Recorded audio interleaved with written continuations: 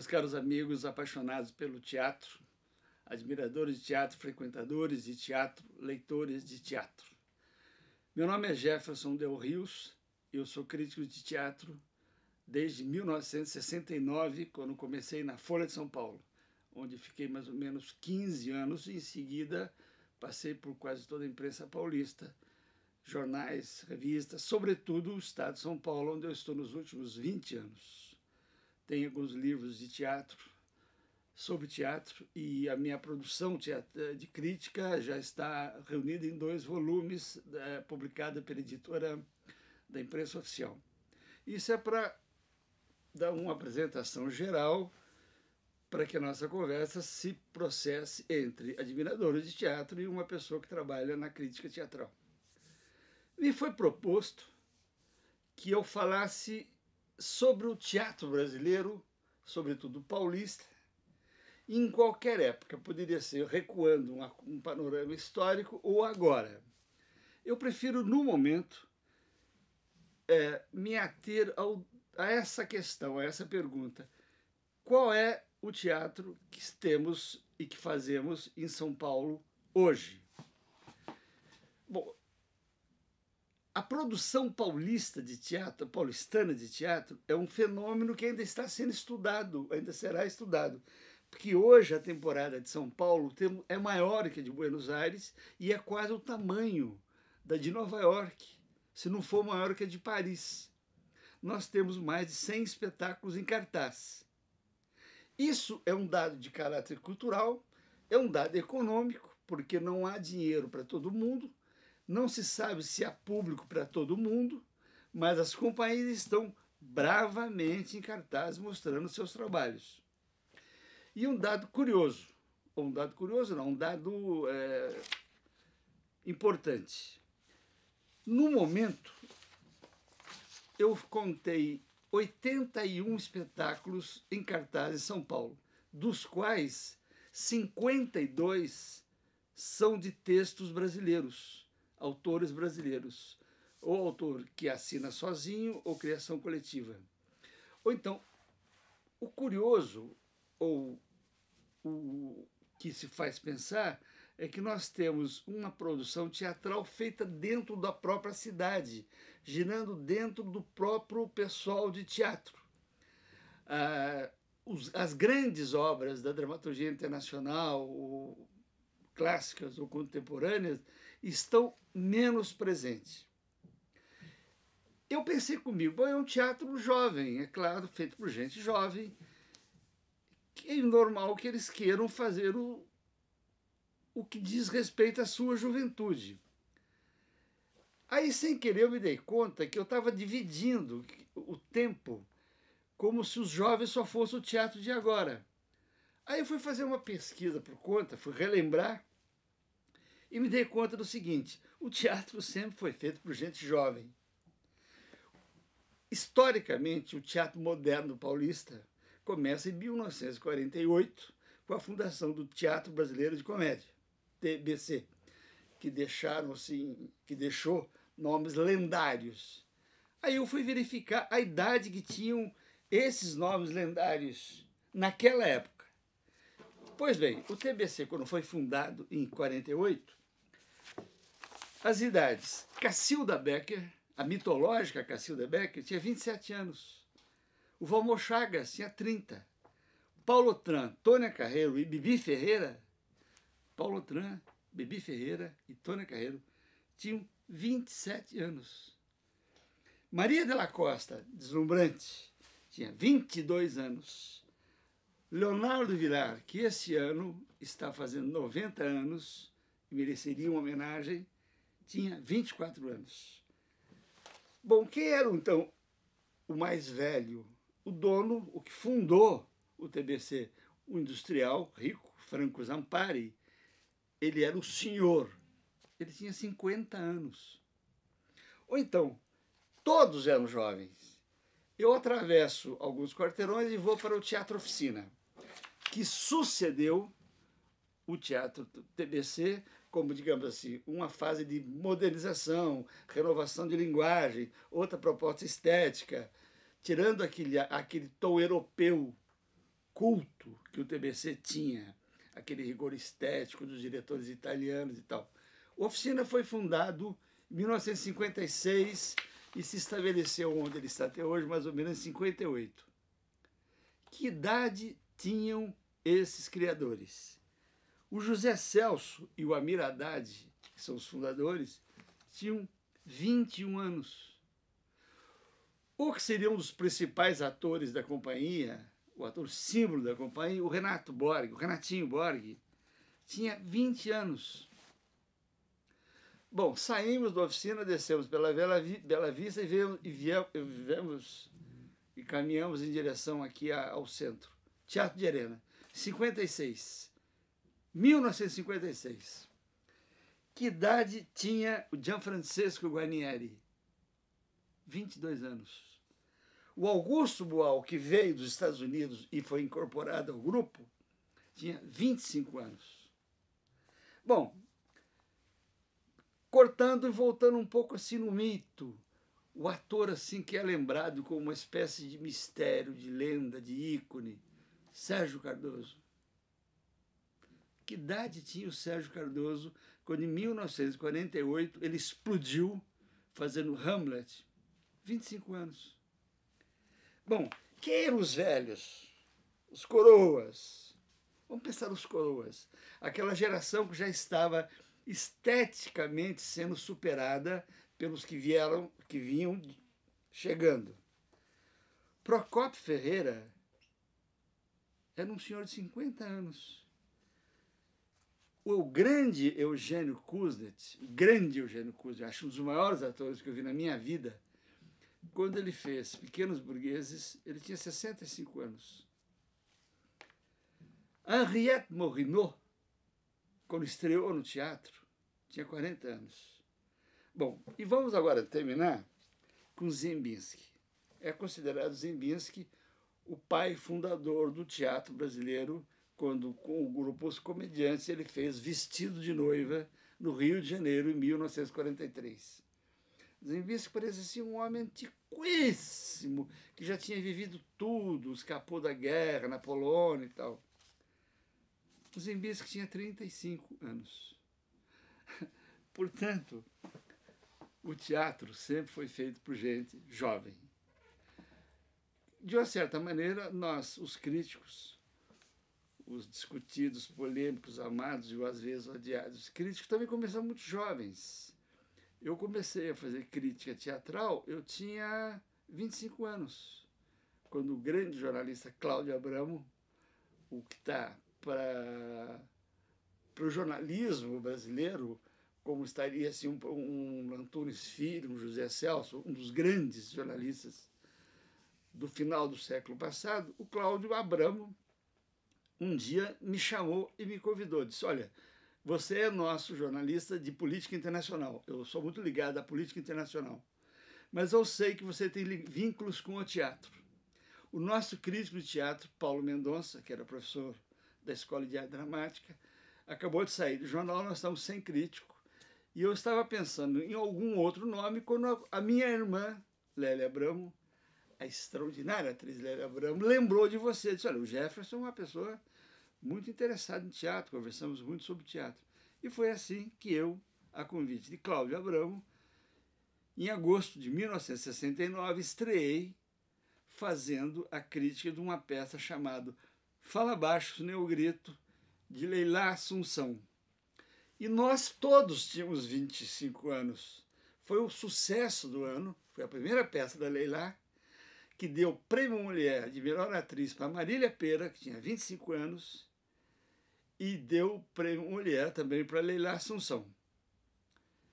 Quer dizer, então, o teatro sempre atrai a pessoa jovem. Isso não significa que uma pessoa de mais idade, uma pessoa, digamos assim, idosa, não possa ser um profissional do teatro, não pode ser em qualquer papel, inclusive como ator. Dito isso, eu queria observar o que o teatro paulistano hoje me parece estar dizendo. Dentro dessa conta, entre 81 espetáculos, 52 são produção brasileira. O autor, ou criação coletiva e todo o elenco. São todos daqui, não há peça estrangeira. O que está acontecendo aqui é um fenômeno que começou nos Estados Unidos, chamado Off-Broadway. Não é que nós estejamos copiando, não. Houve um momento nos Estados Unidos em que aquele dinheiro poderoso dos Estados Unidos, que na Broadway, aquelas produções miliardárias, aqueles musicais, custavam milhões. Os grupos novos, os atores iniciantes, os John Malkovich, os Dustin Hoffman, os Al Pacinos, os Marlon Brandos, não tinham como ir, porque já tinham aquelas grandes estrelas desse período. Aí começou-se grupos independentes criando seus lugares de trabalhar, teatrinho de fundo de garagem, naqueles bairros boêmios, o Village. E aí começou a surgir o Living Theatre, o Julian Beck, o Open Theatre, e toda uma série de grupos que ficaram históricos. Essa solução, digamos assim, independente, caseira, fazer com o que tem, começou a chamar um tipo de público que já não queria mais aquele teatro, digamos, convencional, com começo, meio e fim, musical, romântico, um psicologismo já sabido. Então, em São Paulo começou a mesma coisa, mas não foi copiado de lá. Aqui já começou, porque por uma geração espontânea. Começou mais ou menos na década de 70, quando pessoas saídas da Escola de Arte Dramática e, sobretudo, da Unicamp, começaram a criar seus próprios grupos. O pessoal do Vitor, por exemplo, que tinha entre os seus elementos o Paulo Betti, a Eliane Jardini, o Adilson Barros e outros, o Adilson que já faleceu, eles começaram a criar um grupinho deles. No Rio de Janeiro, um pessoal ali, uma rapaziada, acho que da Zona Norte, ali do Vila Isabel, e outros bairros por ali, criou o Asdrubal, trouxe o trombone, que fez um enorme sucesso. Onde se revelaram pessoas que hoje já são celebridades, aí, como a Regina Casé. Um outro grupo, essa é uma vertente mais humorística, mais provocadora, mais de autoparódia, piadas sobre coisas do Rio e tal. Ao mesmo tempo, um outro grupo, chamado Tapa, Teatro Amador, esqueci o restante do nome, é até meio mal educado dizer isso, mas Tapa, Teatros Amadores, liderado por o Eduardo Tolentino, juntou um grupo de pessoas com uma proposta de refazer a dramaturgia brasileira e internacional clássica, de alto valor, com rigor estético, com a absoluta coerência de linguagem, sem inventar, sem cortar o texto, sem mudar, sem alterar a essência dessa dramaturgia. Esse pessoal que depois veio para São Paulo está aí consagrado. Hoje eles estão entre os grupos, digamos, os alternativos mais sólidos. O restante que está trabalhando está fazendo uma luta desesperada para sobreviver a um fato econômico e social que eu não tenho resposta agora, que é o seguinte: é muita peça, poucos lugares para poder se apresentar, aluguéis altos, dificuldade de espaço, e como atender ao desejo dessa gente que quer fazer teatro e, ao mesmo tempo, o público que aparentemente está encolhendo. Porque até recentemente eu digo até 30 anos, 40 anos atrás, em resumo, o normal no Brasil era teatro de terça a domingo. O descanso da companhia era na segunda. E no sábado e domingo se fazia geralmente 2 sessões. Qualquer Fernanda Montenegro, qualquer Marília Pêra sabe e dizem isso. Eles fizeram isso anos e anos e anos a fio. Tônia Carreiro fez isso. O nosso grande, saudoso Paulo Autran, que já se foi, fazia isso. Tinha público de terça a quinta, a domingo. Hoje está mais ou menos imaginável. É inimaginável. Não, segunda, terça, quarta, não há. Quinta em diante, os grupos mais ou menos conhecidos. Outro sexta a domingo. E o pessoal que está começando, lutando desesperadamente para pôr a cabeça fora d'água, utilizando as segundas, terças e quartas, ou horários alternativos, depois das 11.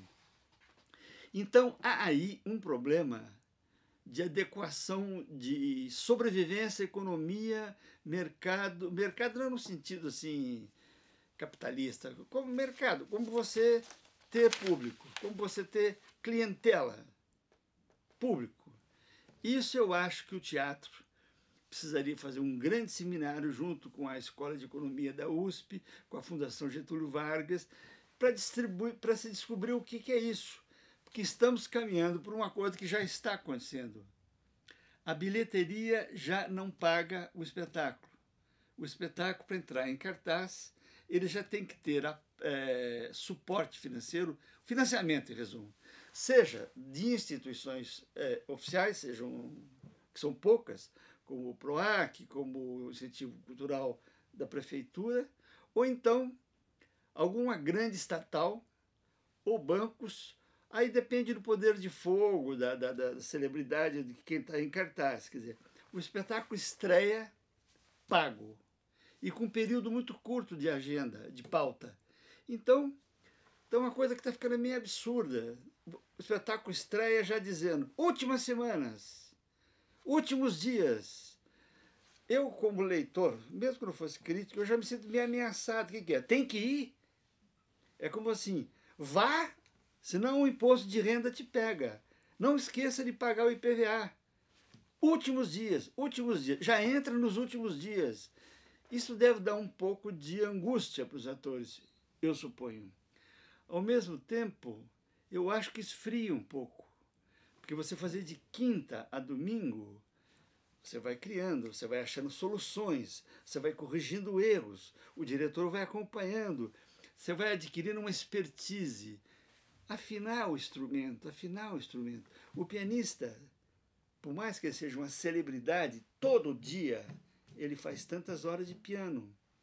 Então, essa luta pela sobrevivência, arrumar a garagem, o fundo de quintal, aquele subsolo, entrar no incentivo, conseguir a Lei Rouanet, saber se vai ter a verba da prefeitura ou do Estado, isso está criando uma subcultura meio complicada para o resultado final. Eu posso estar sendo absolutamente enganado, eu gostaria de ouvir mais os artistas, mas esse é um problema que nós temos. São Paulo tem um panorama teatral de Broadway americano, com 100 espetáculos, e eu estive essa semana num espetáculo muito bom, com 4 pessoas na plateia. Sendo que eu não paguei, eu quase saí, fui à bilheteria e paguei. Mas o espetáculo já estava pago. Agora, esse lado, digamos assim, de crítico ou de reclamação, não tira o meu entusiasmo pela vitalidade com que esses jovens demonstram.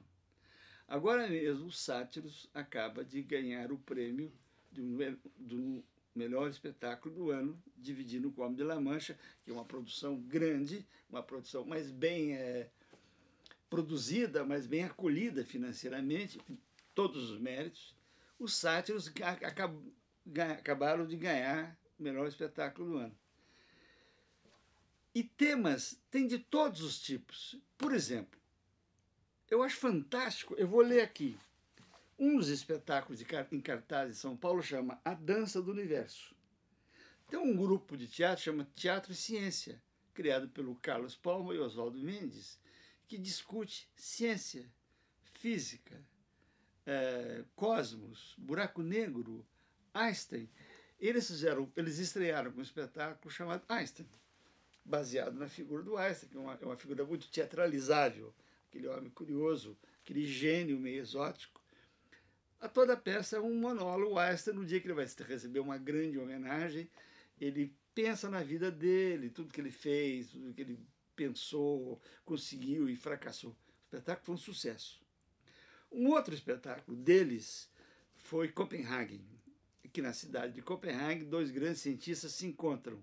Os dois estão envolvidos, cada um no seu país, nas pesquisas que iria a fusão do átomo, ou, por consequência, a energia nuclear da bomba atômica. Só que um era dinamarquês e judeu, e a Dinamarca ocupada pela Alemanha. E o outro era alemão, a serviço do governo nazista. E eles eram amigos. Esses homens discutem a ciência, a ética, a moral, o comprometimento político, a humanidade. É uma peça realmente comovente. Fez um enorme sucesso. Paralelamente a isso, eu noto que há uma grande preocupação, uma grande influência nesse teatro paulistano da chamada entropia urbana. São Paulo é uma cidade que tem problemas de periferia, de violência, de miséria, de loucura urbana, que está se refletindo muito no teatro. Essa violência dos perdidos não é só mais aquele proletário clássico do ponto de vista econômico marxista, o proletariado, não. O subproletariado, o loop proletariado, a cidade está tomada dessa gente. Fora os solitários, as pessoas que têm sensibilidade, mas estão perdidas, não sabem para onde ir, não sabem onde morar. Os lobos cinzentos da noite que andam por aí, que a gente cruza. Toda uma pansexualidade que se desparrama pelo centro, travestis, prostitutas, transexuais. Esse mundo todo está nessa dramaturgia. Gente trancada em pequenos apartamentos, em kitnet, lutando pela vida, com crises existenciais. Isso diz muito a essa dramaturgia. E há um núcleo, ou um segmento, que não sei se é minoritário, mas é menor, que vai no enfoque social, no enfoque ideológico, no enfoque da luta de classe, de tentar entender o porquê esse país tem essa divisão, esses estamentos. Por que nós temos essa pirâmide da riqueza à pobreza, que é um teatro sério, mas que está fugindo daquele panfletarismo militante, o teatro de resistência. Felizmente, nós não temos mais a ditadura. E nem é preciso mais dizer que para vocês já é um assunto velho, felizmente. Mas foram 21 anos do pior, do horror, da proibição, da inibição da criatividade, da prisão, do interrogatório, quando não da tortura e da morte de gente de teatro. Em toda a área cultural, eu tenho os meus mortos. Eu fui amigo de Vladimir Herzog e amigo da diretora teatral Helene Guariba. A Helene Guariba, que montou Jorge Dandan no ABC, em Santo André, com um elenco incrível, que tinha Antônio Petrin, Sônia Guedes, e uma jovenzinha de 18 anos, chamada Sônia Braga. A Helene Guariba é uma desaparecida que nós nunca mais temos a mais remota possibilidade, acho, de saber aonde estão os restos dela. Bom, então nós não temos mais isso. O teatro está com inteira liberdade de se manifestar na sua invenção, no seu delírio, na sua experimentação. Ninguém mais está preocupado se tem gente nua em cena, se está discutindo sexo, que tipo de sexo. Isso, estamos livres. Todos estão livres. A palavra está livre. O público decide se vai mais ou vai menos, gosta mais ou gosta menos. Então eu noto que há uma vitalidade muito grande. São esses jovens de hoje, esses que eu citei aqui, os Cacilda Becker, Valmor Chagas, Paulo Tran, Maria de la Costa, de ontem, que estão hoje tentando criar para um público jovem. Esse é um detalhe curioso. público também, esse ficou jovem. O público, digamos, do TBC, e mesmo o público do Teatro Oficina no começo, era um público mais de meia idade, classe média. O TBC, não, se poderia dizer, sem ser pejorativo, um público burguês. Agora não, a moçada, a juventude, está vindo para o teatro, está interessada nessa loucura de ficar falando, nessas brigas, dessa marginalidade, dessa violência, desse absurdo de São Paulo. Isso é bom. Eu acho que está criando realmente um caldo de cultura para que toda uma geração de jovens sejam espectadores e os seus filhos e netos sejam também espectadores. Nisso estamos avançando. Para encerrar, eu só não sei como vai ficar a questão do dinheiro. Porque agora mesmo, essa semana, foi despejado o Grupo Bartolomeu, porque o local que ele estava foi vendido. A pressão do mercado imobiliário simplesmente ele empurrou tudo. O dono do prédio precisava viver, não sei se era do rico ou pobre, o prédio era pequeno. Chegou o empresário, pagou, ele vendeu. Agora, quem que tem que resolver isso? Em primeiro lugar, o Estado tem que ter uma responsabilidade muito grande e maior na contribuição. E outra, o próprio teatro discutir até que ponto essa expansão que não acaba mais, de começar a fazer espetáculo só depois de ele estar pago, essas respostas eu deixo como perguntas. E eu não estou sozinho. Plínio Marcos, que é uma referência, uma pessoa querida para sempre, o Plínio Marcos disse que o teatro sofreu um baque no momento que ele parou de viver da bilheteria. Que o artista se sente maior, mais seguro, mais íntegro e mais valente quando ele sabe é o borderô, é o caixa que pagou. Então, eu sou um otimista, senão não estaria aqui com o meu cabelo branco, ainda falando do teatro. Falo com o mesmo entusiasmo. E venho aqui ver essa pessoa jovem com o mesmo entusiasmo e, ao mesmo tempo, eu já tenho uma certa resistência ao teatro convencional, o chamado teatrão, que vai reproduzir aquilo que já está na televisão, aquelas comédias de sempre. Não me convide para isso. Comédia de adultério, coisas engraçadinhas. Não, eu quero saber onde está a inquietação. Eu estou ligado com a inquietação desse teatro do qual nós estamos falando e que se faz aqui e se forma aqui na São Paulo Escola de Teatro. É um dos começos. Muito obrigado.